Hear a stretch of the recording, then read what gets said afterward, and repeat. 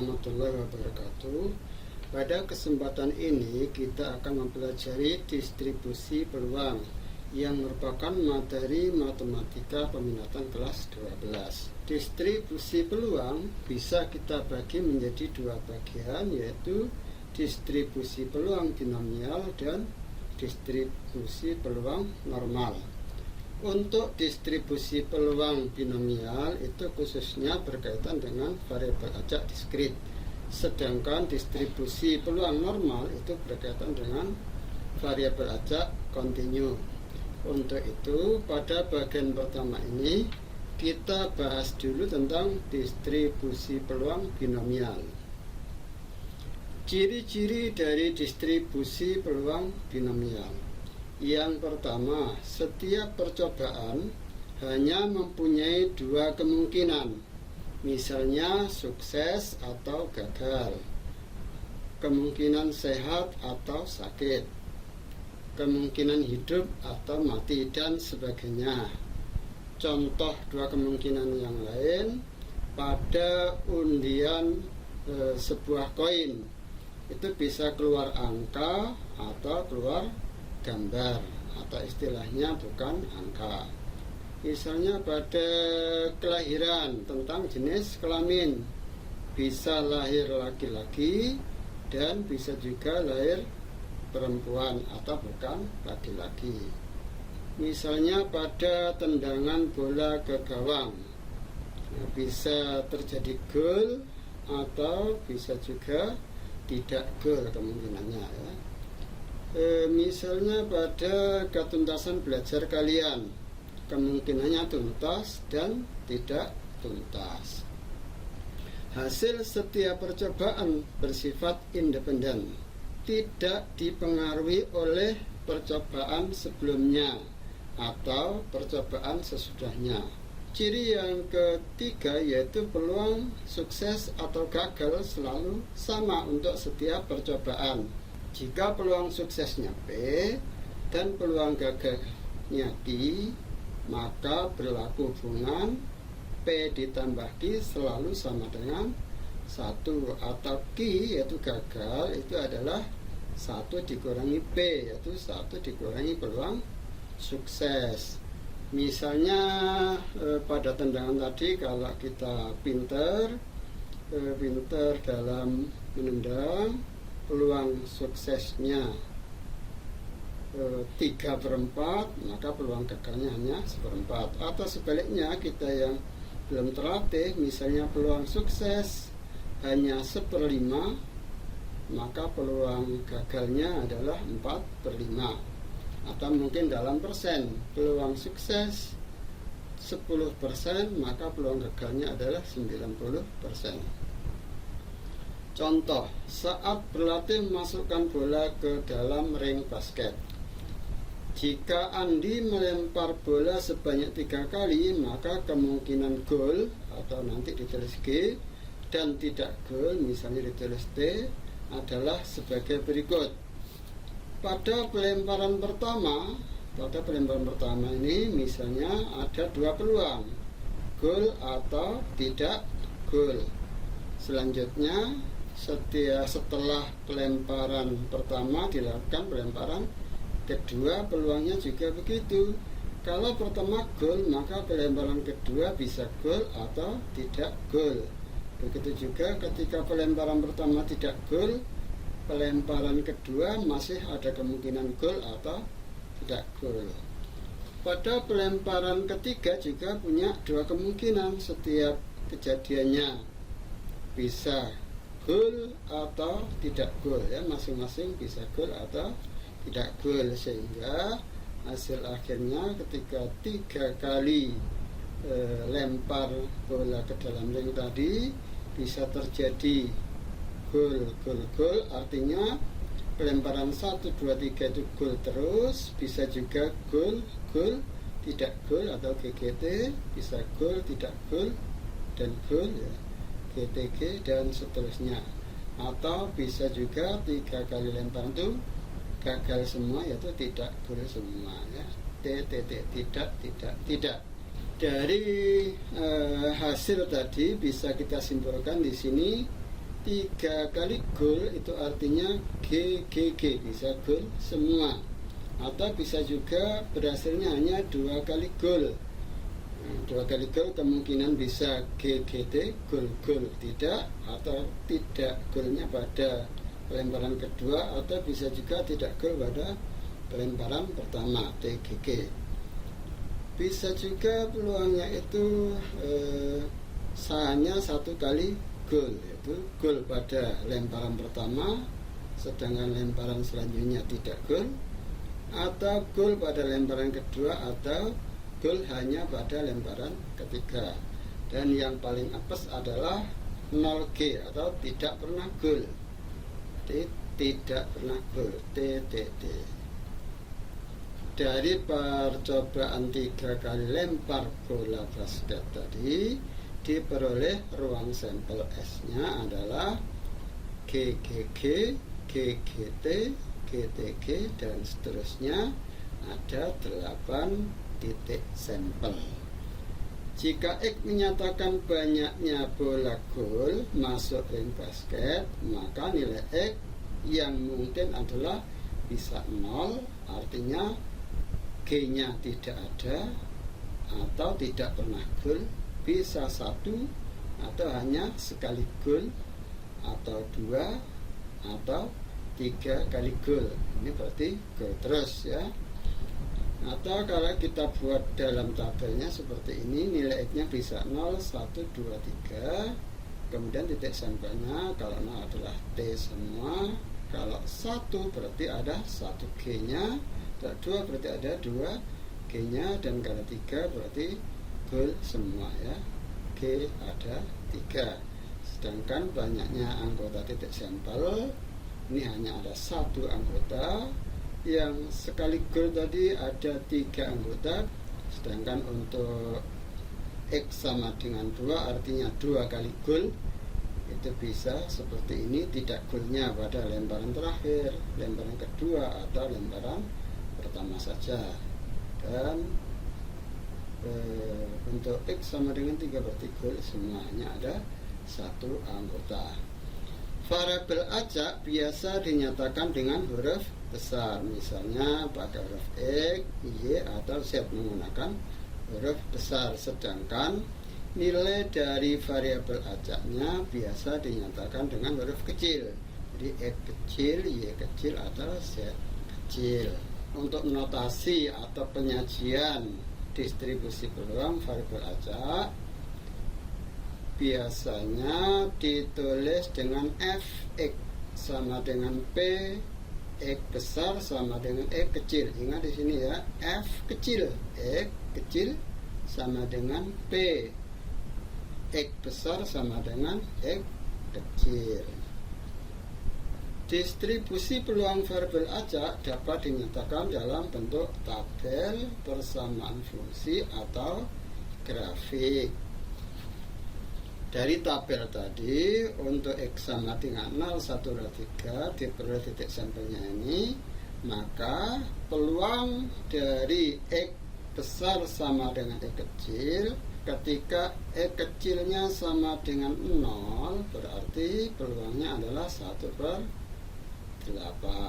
Kemudian ketika X-nya sama dengan 1, berarti peluangnya adalah 3/8. Begitu juga X sama dengan 2 diperoleh 3/8. Dan PX sama dengan 3 nilainya adalah 1/8. 8 diperoleh dari mana? Itu dari jumlah ini ya, jumlah atau banyaknya total dari kemungkinan yang ada adalah 1 tambah 3 tambah 3 tambah 1 adalah 8. Sedangkan untuk penulisan dalam bentuk tabel distribusi peluang variabel acak X cukup ditulis kolom pertama saja dan kolom terakhir ya. Jadi cukup ditulis kolom pertama dan kolom terakhir saja. Penyajian dalam bentuk persamaan fungsi distribusi peluang variabel acak biasa ditulis dalam bentuk fx sama dengan, kita lihat dari tabel, bisa bernilai 1/8, yaitu untuk x sama dengan 0 atau x sama dengan 3.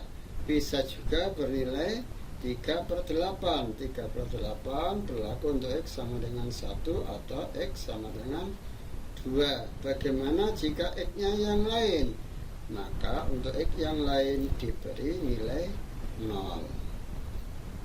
Selanjutnya, penyajian dalam bentuk grafik distribusi peluang variabel acak x bisa dibuat grafiknya seperti berikut. Ada sumbu x bernilai 0, 1, 2, 3, dan ada sumbu y nilainya bisa 0, 1/8, 2/8, 3/8, dan seterusnya. Ini 2/8 sengaja disisipkan supaya skalanya seimbang ya, 0 ke 1/8.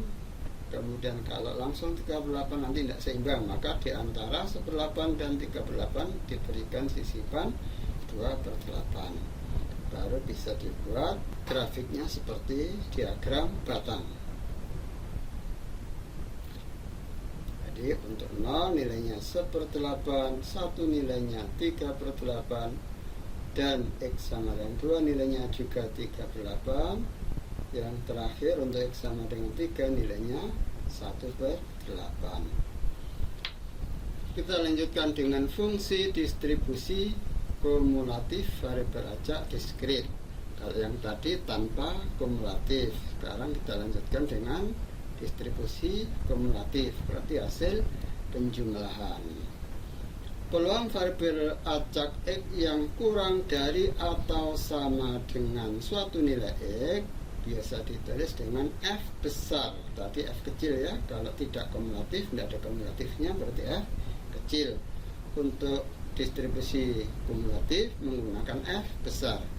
F besar x sama dengan px besar kurang dari atau sama dengan x. Bedanya dengan tadi, kalau f kecil ini hanya sama dengan tanpa tulisan kurang dari. Kalau di sini kita tampilkan kembali f0, f kecil 0 berarti px sama dengan 0. Kalau f1 berarti px sama dengan 1.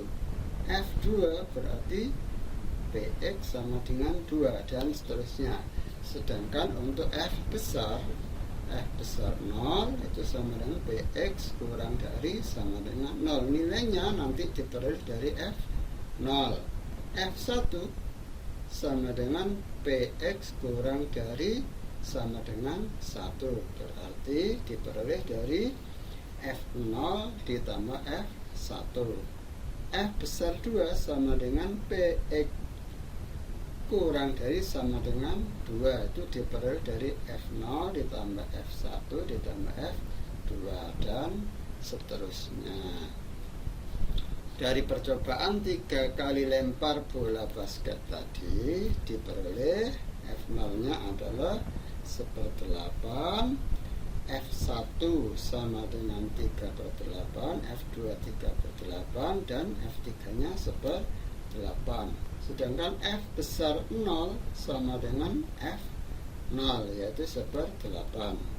Kemudian f1 diperoleh dari f0 ditambah f1, berarti 1/8 ditambah 3/8, atau jadi 4/8. Jika disederhanakan sama-sama dibagi 4, diperoleh menjadi 1/2. Kemudian f besar 2 itu diperoleh dari f kecil 0 ditambah f kecil 1 tambah f kecil 2, itu 1/8 ditambah 3/8 tambah 3/8, hasilnya adalah 7/8. Ini tidak bisa disederhanakan, jadi tetap 7/8. Sedangkan f besar 3 itu adalah f0 ditambah f1 tambah f2 tambah f kecil 3, atau dijumlahkan semua ternyata hasilnya adalah 8/8 atau sama dengan 1. Untuk menentukan f kecil, jika diketahui f besarnya, berarti tinggal dibalik saja, yaitu F kecil sama dengan F besar X dikurangi dengan F besar X min 1.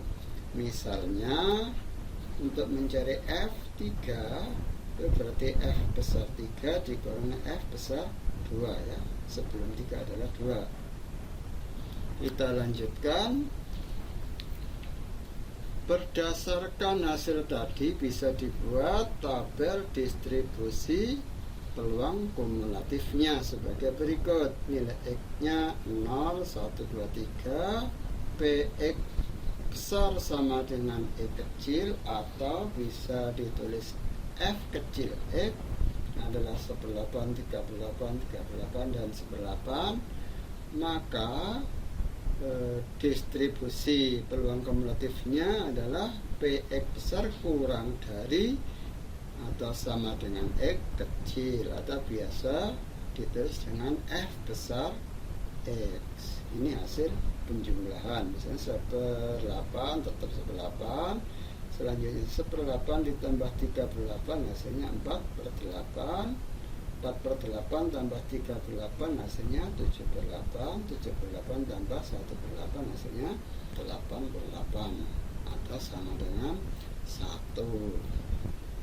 Maka penyajian dalam bentuk persamaan fungsi distribusi peluangnya bisa disajikan seperti berikut ini, yaitu F besar X bernilai 0 untuk X kurang dari 0 bernilai 1/8 untuk X dari 0 sampai sebelum 1 bernilai setengah, atau ini 4/8 itu untuk X dari 1 sampai sebelum 2, dan bernilai 7/8 untuk X dari 2 sampai sebelum 3, dan terakhir bernilai 1 untuk X lebih besar atau sama dengan 3.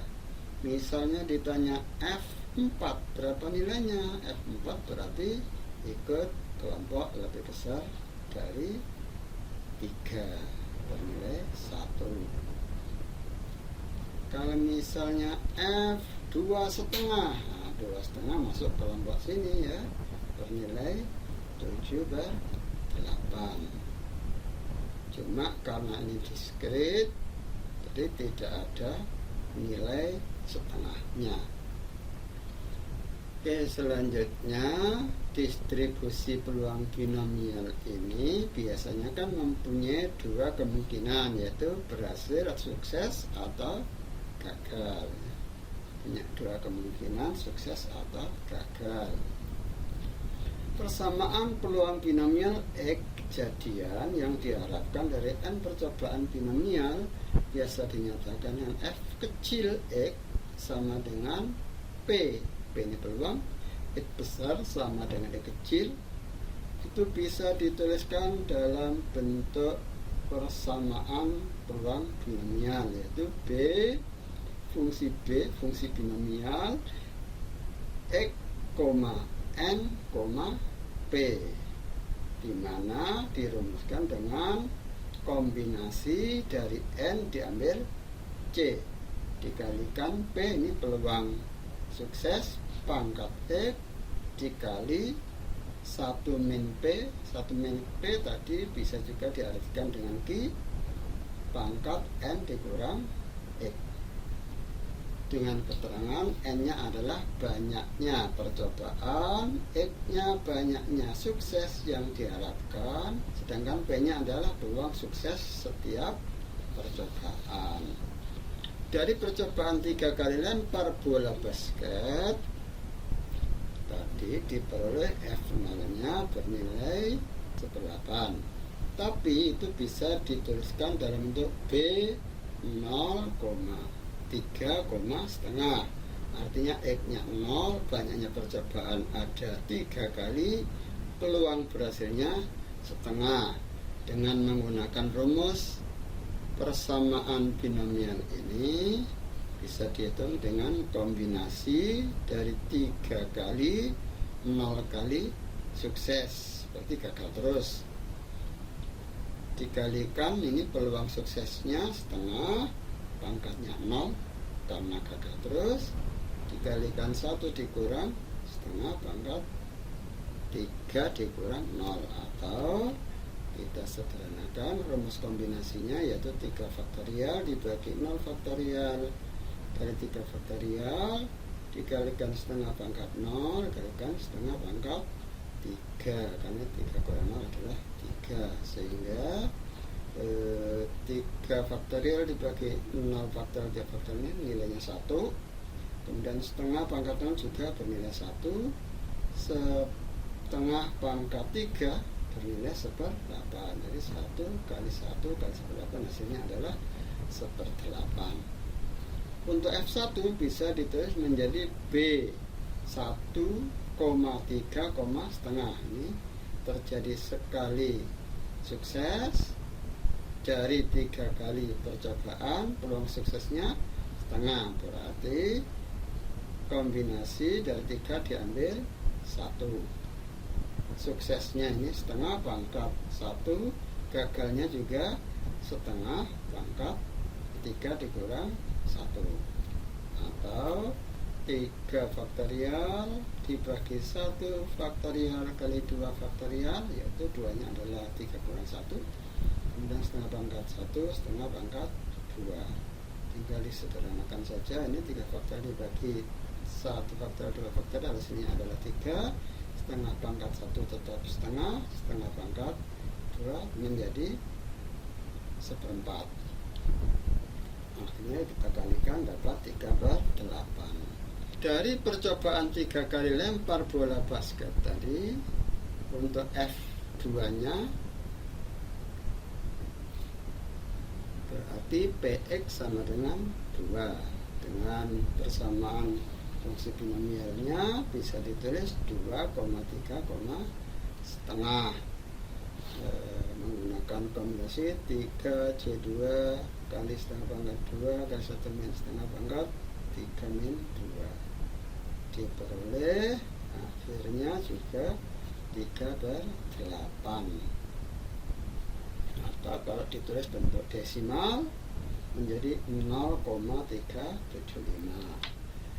Hasil perhitungan Fx sama dengan Bx, N, P dapat dilihat dalam tabel distribusi binomial seperti tabel di samping ini. Berdasarkan fungsi binomialnya tadi 2, 3 setengah, tapi yang kita lihat di sini 3-nya dulu, kelompoknya di sini kelompok N, kemudian 2-nya itu adalah di kelompoknya X ini ya, yang 2, jadi 2 diambil dari kelompok N nya 3 ini, kan di ini ada 2 juga, bawah juga ada 2 ya, di ngambilnya adalah 2 yang di grupnya N sama dengan 3. Kemudian setengahnya ini diambil dari P nya adalah 0,5, karena setengah nilainya adalah 0,5.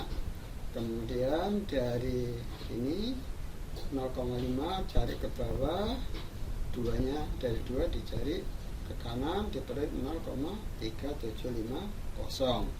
Berarti nilai dari F2 itu nilainya adalah 0,3750 atau 0,375 saja, karena 0 di belakang tanda koma tidak berarti. Sehingga dengan cara yang sama dan mudah kalian bisa menentukan nilai dari F3 berdasarkan tabel. Berarti kelompoknya di 3, kemudian di sini 3, sini 0,5. Berarti nilainya adalah 0,125.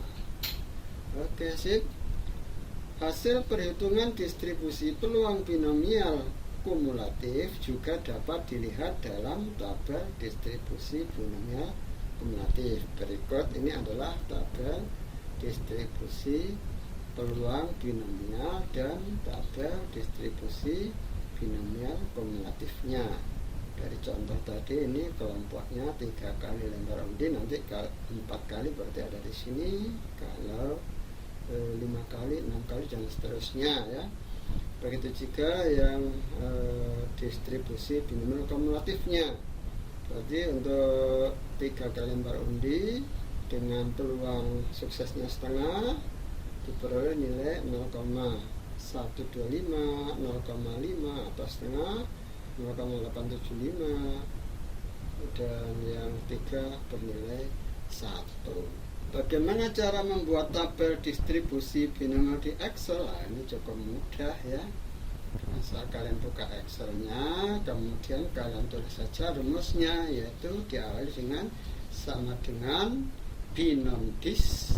Nah, ini yang pertama dituliskan X-nya. Misalnya ini tadi berarti kalian tulis misalnya 2, nah, 3 dan 2 berarti ini 2 titik koma N titik koma P dan diakhiri dengan false ya, false untuk tabel distribusi binomial. Nah, cuma ini tanda titik koma ini harus memperhatikan yang berlaku di komputer kalian. Kadang-kadang hanya menggunakan koma, tapi di komputer saya menggunakan titik koma ya, tergantung formatnya. Nanti ikuti saja format yang tampil, apakah menggunakan koma atau titik koma. Atau kalau ada lagu bisa dicoba dulu dengan titik koma, kalau berhasil gunakan koma. Kemudian untuk nilai P-nya kalian bisa saja 0,5 itu langsung menggunakan 1/2, 1 garis miring 2, atau kalau ini biasanya menggunakan koma, pada peluangnya menggunakan titik 0,5, kadang ditulis dengan 0,5. Untuk tabel distribusi binomial kumulatif dirumuskan dengan binom dis sama X, N, P, true. Jadi kalau true berarti kumulatif. Oke, sebelum diakhiri kita lihat dulu contoh berikut. 2 kotak masing-masing berisi 4 kartu berwarna merah dan 3 kartu berwarna biru. Kartu merah bernomor 1 sampai dengan 4, kartu biru bernomor 5 sampai dengan 7. Dari setiap kotak diambil 1 kartu secara bersamaan. Tentukan distribusi peluang jumlah kedua nomor kartu yang terambil. Pertanyaan kedua, tentukan fungsi distribusi kumulatif jumlah kedua nomor kartu yang terambil. Oke, untuk solusinya kita buat dulu tabelnya seperti berikut ya. Kotak kartu ada warna merah, ada warna biru. Warna merahnya tadi nomor 1, 2, 3 sampai 4, sedangkan warna biru diberi nomor 5, 6 dan 7. Nah, yang kita perlukan adalah jumlah nomor dari kedua kartu. Misalnya ini 1 tambah 5 jadi 6, 2 tambah 5 jadi 7, dan seterusnya sampai yang terbesar 4 tambah 7 bernilai 11. Untuk menentukan peluangnya sama seperti pelajaran sebelumnya, yaitu NA dibagi NS. Misalnya ini banyaknya 6 ada berapa? Oh, ada 1. NS-nya berapa? 1, 2, 3, 4, 5, 6, 7, 8, 9, 10, 11, 12. Berarti nanti banyaknya jumlah 6 hanya ada 1/12. Banyaknya jumlah 7 ada berapa? Oh, ada 2. Berarti 2/12. Begitu juga banyaknya jumlah 8. Oh, ada 3, dan seterusnya. Tadi 6-nya ada 1, 7-nya ada 2, 8 ada 3, 9 ada 3, 10 ada 2, dan 11 ada 1. Maka distribusi peluangnya adalah 1/12 ya, karena tadi jumlah total ada 12. Ini 2/12 atau 1/6, ini 3/12 atau 1/4. Begitu juga ya, jumlah 9 ada 3/12 atau 1/4. Jumlah 10 ada 2/12 atau 1/6. Dan yang terakhir jumlah 11 hanya ada 1. Berarti peluangnya adalah 1/12. Atau dalam bentuk tabel nanti cukup dituliskan, biasa dituliskan X sama dengan X kecilnya bisa 6, 7, 8, sampai 11, sedangkan Fx nya bernilai 1/12, 1/6, 1/4, 1/6, dan 1/12, yaitu hanya kolom pertama dan kolom terakhir. Kolom tengahnya ini biasa tidak dituliskan. Sedangkan untuk pertanyaan yang B, tentukan fungsi distribusi kumulatif jumlah kedua nomor kartu yang terambil. Kita tinggal buat kolom tambahan saja, misalnya di sebelah kanan ini untuk jumlah 6 tetap 1/12, tapi jumlah 7 ini berarti kurang dari sama dengan 7, berarti 1/12 ditambah 1/6 atau 1/12 ditambah 2/12, jumlahnya adalah 3/12 atau 1/4. Lalu nanti kurang dari sama dengan 8, berarti 1/4 ditambah 1/4 atau 2/4, atau sederhananya adalah setengah. Begitu juga seterusnya, ini tinggal setengah tambah 1/4, hasilnya adalah 2/4 ditambah 1/4, itu 3/4. 3/4 ditambah 1/6, samakan dulu penyebutnya, nanti diperoleh 11/12. Dan yang terakhir 11/12 ditambah 1/12, hasilnya adalah 1. Sehingga tabel fungsi distribusi kumulatif jumlah kedua nomor kartu cukup ditulis X sama dengan X kecilnya 6, 7, sampai 11, F besar X-nya dari kolom yang terakhir tadi. Maka bisa ditulis dalam bentuk fungsinya, yaitu Fx didefinisikan menjadi bernilai 0 jika X-nya kurang dari 6, bernilai 1/12 untuk X dari 6 sampai sebelum 7 dan seterusnya, dan yang terakhir Fx sama dengan 1 untuk X lebih dari sama dengan 11. Misalnya F besar X2, F besar X2 ikut kelompok yang pertama karena termasuk kurang dari 6. Kalau F besar X6, F besar X6 berarti masuk kelompok di sini ya, yaitu 12. F besar X15, F besar X15 berarti dia lebih dari 11, nilainya adalah 1.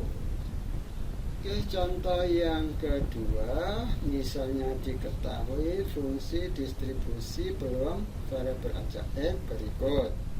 Dirumuskan Fx sama dengan 0 untuk X yang lain, sedangkan Fx sama dengan X/14 untuk X sama dengan 2, 3, 4, atau 5. Tentukan nilai dari Px sama dengan 1, F3, dan seterusnya ini.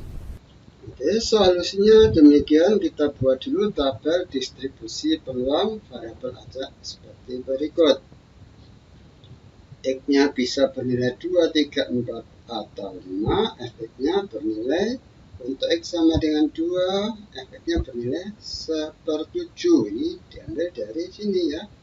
X-nya diganti 2, 2/14, disederhanakan menjadi 1/7. Kemudian jika X-nya diisi 3 berarti 3/14. Jika X-nya diisi 4 berarti 4/14, atau disederhanakan menjadi 2/7. Sedangkan ketika X-nya diisi 5, hasilnya adalah 5/14. Maka untuk nilai Px sama dengan 1, nah 1 tidak ada di sini ya. Maka masuk kelompok X yang lain, maka nilainya adalah F1 bernilai 0 ya, kelompok X yang lain. Untuk yang B, F3. F3 berarti F besar 3. F besar 3 bisa diperoleh dari Px kurang dari sama dengan 3, atau diperoleh dari 2 ditambah F3. Nah, dari tabel tadi F2 nya adalah 1/7, F3-nya 3/14 atau sepertujuhnya dikembalikan ke bentuk 2/14 ditambah 3/14, hasilnya adalah 5/14. Kemudian pertanyaan yang C, P X antara 2 sampai 4. 2-nya tidak termasuk, berarti hanya F3 dan F4 saja yang dijumlahkan. Diperoleh 7/14 karena di sini F3-nya 3/14, F4-nya ini 2/7 atau 4/14, sehingga 4 tambah 3 hasilnya adalah 7/14. Disederhanakan menjadi 1/2. Pertanyaan yang D, PX lebih dari sama dengan 4, berarti mulai dari 4 ke kanan. Berarti diperoleh dari F4 ditambah F5. Atau hasilnya adalah 9/14, karena ini tadi adalah 2/7-nya sama dengan 4/14. Jadi 4 tambah 5 hasilnya 9.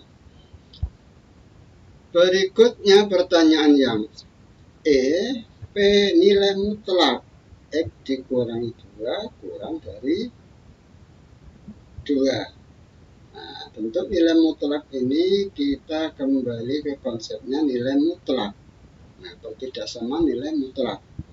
Pengertian dari nilai mutlak X dikurangi 2 lebih kecil dari 2, ini bisa ditulis menjadi X kurang dari 2 ada di antara min 2 dan 2. Kemudian masing-masing ruas ini kita tambah 2 menjadi, ini tambah 2 jadi 0, yang tambah 2 min 2 nya habis, ini tambah 2 jadi 4. Sehingga maksud dari soal tersebut adalah PX antara 0 dan 4. Antara 0 dan 4 berarti sama saja hanya F2 dan F3 saja. Ini 0-nya tidak ikut, 4-nya tidak ikut. Berarti hanya untuk 1 tidak ada di sini, jadi kita tidak tuliskan. Langsung saja ke 2 dan 3. Dengan cara yang sama tinggal dijumlahkan saja. F2-nya dari 2/14, F3-nya adalah 3/14, hasilnya 5/14.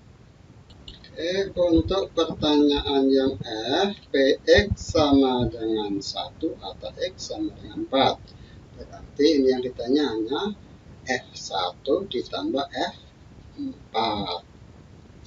Maka diperoleh F1-nya adalah 0, F4-nya adalah 4/14. Jika disederhanakan menjadi 2/7.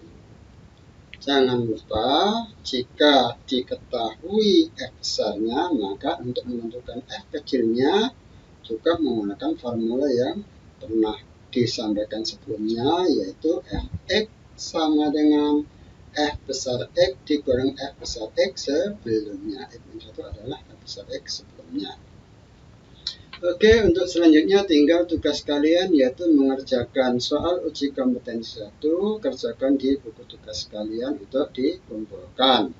Nah, tulis dengan catatan yang rapi dan mudah dibaca. Ini soal nomor 1. Kemudian ini soal nomor 2. Selanjutnya ini soal nomor 3. Ini soal nomor 4 dan nomor 5 berkaitan dengan fungsi dan sampai ini. Perhatikan ini menggunakan F kecil. Ini soal nomor 6 dan nomor 7. Ini juga perlu diperhatikan bahwa ini menggunakan F besar. Kemudian ini soal nomor 8. Hanya membaca tabel, saya kira mudah saja dalam mengerjakannya. Ini soal nomor 9 juga menggunakan tabel. Dan terakhir soal nomor 10. Oke, jangan lupa untuk di foto atau di screenshot supaya kalian mengerjakannya atau membacanya bisa lebih mudah. Oke, demikian dulu penyampaian konsep, contoh, dan latihan soalnya. Semoga kalian tetap semangat belajar. Jangan lupa menambah ilmu yang relevan dari berbagai sumber.